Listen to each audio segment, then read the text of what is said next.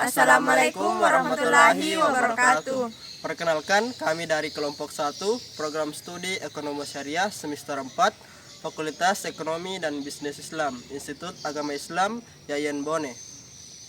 Pada kesempatan kali ini kami akan mempresentasikan materi yang berjudul Penanganan Inflasi dalam Perspektif Islam dalam mata kuliah Ekonomi Makro Islam. Mata kuliah ini diampu oleh Profesor Dr. Saparudin SAG MSI. Adapun anggota kelompok kami yaitu perkenalkan, nama saya Akmal. Perkenalkan, nama saya Rizka Anissa. Dan perkenalkan, nama saya Ayudia Pasyamharani. Penanganan inflasi dalam perspektif Islam tidak hanya dilihat sebagai persoalan ekonomi semata, tetapi juga sebagai masalah moral, keadilan sosial, dan tata kelola yang baik atau good governance. Islam memandang bahwa inflasi yang tidak terkendali dapat merusak keseimbangan ekonomi, menurunkan daya beli masyarakat, serta memperlebar kesenjangan antara si kaya dan si miskin. Oleh karena itu, solusi yang ditawarkan bersifat komprehensif atau bisa dibilang menyeluruh, mencakup aspek moneter, fiskal, sosial, dan spiritual. Adapun konsep inflasi dalam perspektif Islam, yaitu dalam Islam inflasi dipahami sebagai kenaikan harga, dikenal sebagai kenaikan harga barang, jasa secara umum yang dapat disebabkan oleh beberapa faktor, antara lain yaitu ada kelebihannya adalah jumlah uang yang beredar, penurunan produksi atau kelangkaan barang, praktik ekonomi yang tidak adil seperti riba, monopoli, atau penimbunan barang, ketidakseimbangan antara sektor real dan sektor keuangan. Para ulama klasik seperti Ibnu Khaldun dan telah menjelaskan bahwa ketidakstabilan ekonomi sering terjadi akibat pajak berlebih, korupsi, serta menurunnya aktivitas produksi. Hal ini menunjukkan bahwa inflasi bukan hanya fenomena ekonomi modern, tapi sudah dibahas dalam pemikiran Islam sejak dahulu kala. Adapun prinsip dasar penanganan inflasi dalam Islam yaitu 1. Stabilitas moneter berbasis nilai intrinsik. Islam pada masa awal menggunakan sistem mata uang berbasis emas, perak, atau bisa dibilang dinar dan dirham. Sistem ini memiliki beberapa keunggulan, salah satunya itu nilai uang relatif stabil, tidak mudah tergerus inflasi, dan tidak bisa dicetak sembarangan.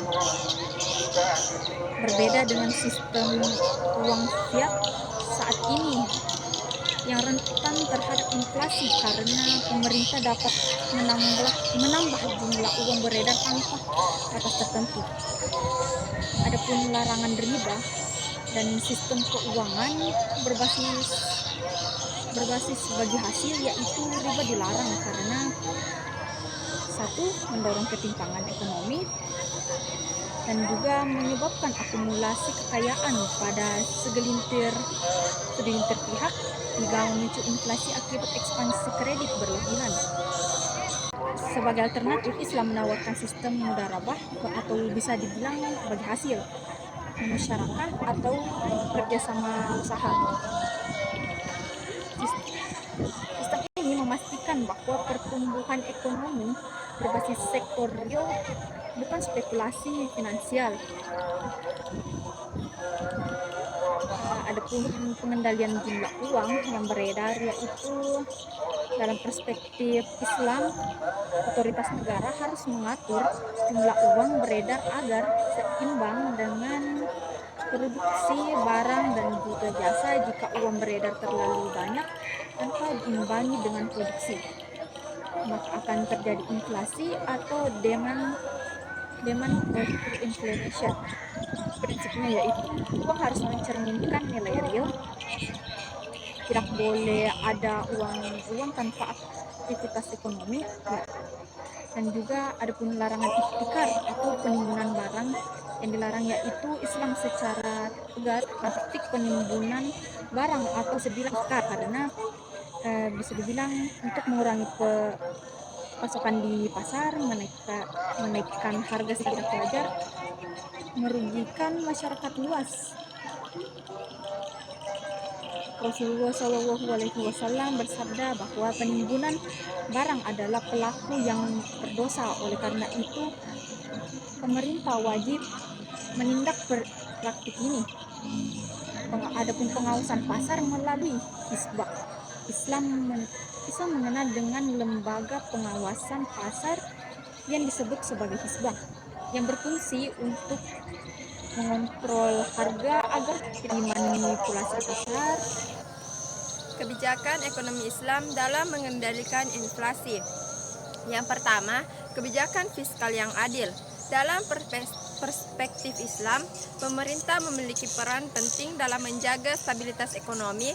Melalui kebijakan fiskal yang adil, negara harus mengelola keuangan publik secara bijaksana dengan menghindari pajak yang memberatkan masyarakat, mencegah pemborosan anggaran, serta memastikan setiap pengeluaran memberikan manfaat yang luas.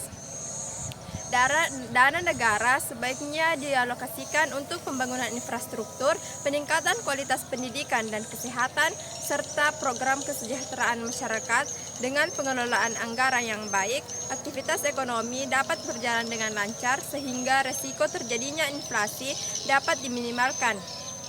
Yang kedua, optimalisasi zakat, infak, dan sedekah. Islam memiliki instrumen distribusi kekayaan yang sangat kuat, yaitu melalui zakat, infak, sedekah, dan wakaf. Instrumen-instrumen ini berfungsi untuk membantu masyarakat yang kurang mampu agar tetap memiliki daya beli yang cukup ketika kebutuhan dasar masyarakat dapat terpenuhi. Perekonomian menjadi lebih stabil dan kesenjangan sosial dapat berkurang.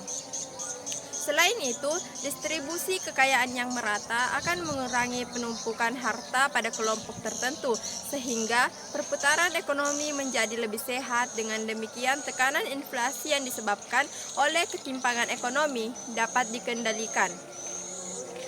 Yang ketiga, peningkatan produksi dan sektor real. Islam sangat menekankan pentingnya aktivitas ekonomi yang produktif seperti pertanian, industri, dan perdagangan. Produksi yang meningkat akan menambah jumlah barang dan jasa yang tersedia di pasar. Ketika persediaan barang cukup untuk memenuhi kebutuhan masyarakat, harga cenderung lebih stabil dan inflasi dapat ditekankan. Oleh karena itu, Islam mendorong masyarakat untuk bekerja, berusaha, dan mengembangkan sektor real yang memberikan manfaat nyata bagi perekonomian. Sebaliknya, Islam melarang aktivitas yang bersifat spekulatif dan tidak menghasilkan nilai tambah karena dapat menimbulkan ketidakstabilan ekonomi. Yang keempat, larangan monopoli dan kartel. Monopoli dan kartel merupakan praktik yang dilarang dalam Islam karena dapat merugikan masyarakat.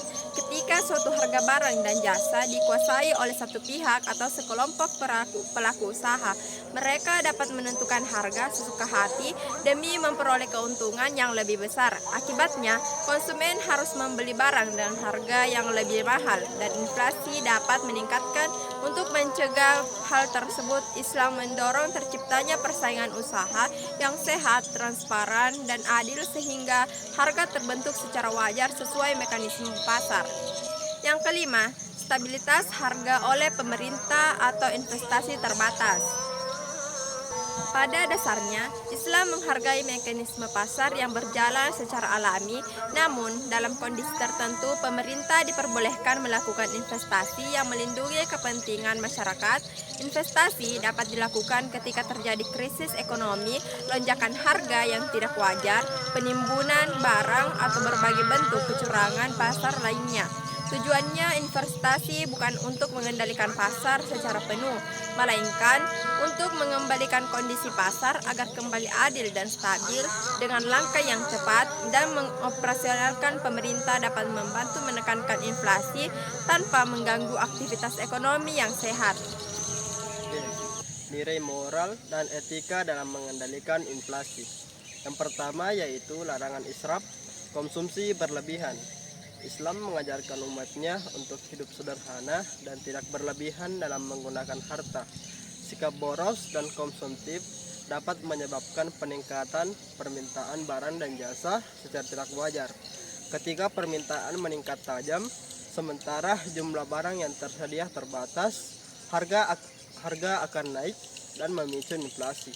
Oleh karena itu, dengan menerapkan gaya hidup sederhana dan bijak dalam berbelanja, masyarakat dapat membantu menjaga stabilitas harga dan keseimbangan ekonomi. Yang kedua, kejujuran dalam berdagang. Dalam Islam, kejujuran merupakan prinsip utama dalam kegiatan ekonomi.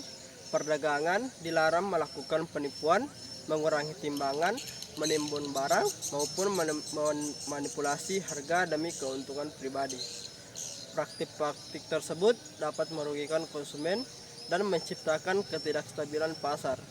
Jika seluruh pelaku usaha menerapkan nilai kejujuran dan amanah, maka transaksi ekonomi akan berjalan dengan adil sehingga harga dapat tetap stabil dan kepercayaan masyarakat terhadap pasar semakin meningkat. Yang ketiga, tanggung jawab sosial. Islam menekankan bahwa setiap individu memiliki tanggung jawab sosial terhadap masyarakat di sekitarnya. Bentuk tanggung jawab tersebut dapat berupa membantu sesama yang membutuhkan, berbagi rezeki melalui sedekah dan zakat, serta tidak mengambil keuntungan yang berlebihan saat terjadi kelangkaan barang. Dengan adanya kepedulian sosial, distribusi kekayaan menjadi lebih merata sehingga kesenjangan ekonomi dapat dikurangi dan dampak inflasi terhadap kelompok masyarakat yang lemah dapat diminimalkan. Yaitu relevansi dengan ekonomi modern. Meskipun konsep ekonomi Islam telah berkembang sejak berabad-abad lalu, prinsip-prinsipnya tetap relevan dengan sistem ekonomi modern saat ini. Pengendalian inflasi yang dilakukan oleh Bank Sentral melalui peraturan jumlah uang beredar memiliki kesamaan dengan prinsip Islam yang menekankan keseimbangan dalam peredaran uang. Kebijakan anti monopoli yang diterapkan pemerintah juga sejalan dengan larangan praktik kartel dan penimbunan barang. Dalam Islam, selain itu, program bantuan sosial yang diberikan kepada masyarakat memiliki kesamaan tujuan dengan zakat, yaitu membantu kelompok yang kurang mampu dan menjaga kesejahteraan sosial. Perbedaannya, Islam tidak hanya menekankan aspek ekonomi, tetapi juga memasukkan nilai moral dan spiritual dengan landasan setiap aktivis ekonomi. Kesimpulannya, yaitu berdasarkan pembahasan yang telah dijelaskan, dapat disimpulkan bahwa penanganan inflasi dalam perspektif Islam dilakukan secara menyeluruh atau holistik. Islam tidak hanya mengandalkan kebijakan ekonomi seperti pengendalian uang beredar dan pengelolaan anggaran negara, tetapi juga memperkuat sektor real, mengoptimalkan distribusi kekayaan melalui zakat dan sedekah, serta melakukan pengawasan pasar agar transaksi secara adil. Selain itu, nilai moral seperti kejujuran, tanggung jawab sosial, hidup sederhana, dan larangan riba menjadi fondasi penting dalam menjaga stabilitas ekonomi. Dengan pendekatan tersebut, tujuan akhir yang ingin dicapai bukan hanya menurunkan tingkat inflasi, tetapi juga mewujudkan kesejahteraan yang merata, keadilan sosial, dan kemakmuran bersama sesuai dengan prinsip syariah atau yang dikenal dengan istilah Assalamualaikum warahmatullahi wabarakatuh. Demikian pemaparan kami mengenai penanganan inflasi dalam perspektif Islam. Dari pembahasan yang telah disampaikan, dapat disimpulkan bahwa inflasi merupakan masalah ekonomi yang dapat mempengaruhi kesejahteraan masyarakat dalam ekonomi Islam. Penanganan inflasi tidak hanya berfokus pada kebijakan ekonomi, tetapi juga penerapan nilai-nilai keadilan, kejujuran, keseimbangan, serta larangan praktik yang merugikan masyarakat seperti penimbunan dan spekulasi. Kami berharap materi yang telah disampaikan dapat menambah wawasan dan pemahaman kita mengenai pentingnya peran ekonomi Islam dalam menciptakan stabilitas ekonomi dalam kesejahteraan masyarakat. Kami mengucapkan terima kasih kepada Bapak atau Ibu dosen pengampu serta teman-teman yang telah menyimak video ini. Mohon maaf apabila terdapat kekurangan dalam penyampaian maupun isi materi yang kami sajikan. Wassalamualaikum warahmatullahi wabarakatuh. Audio Jungle.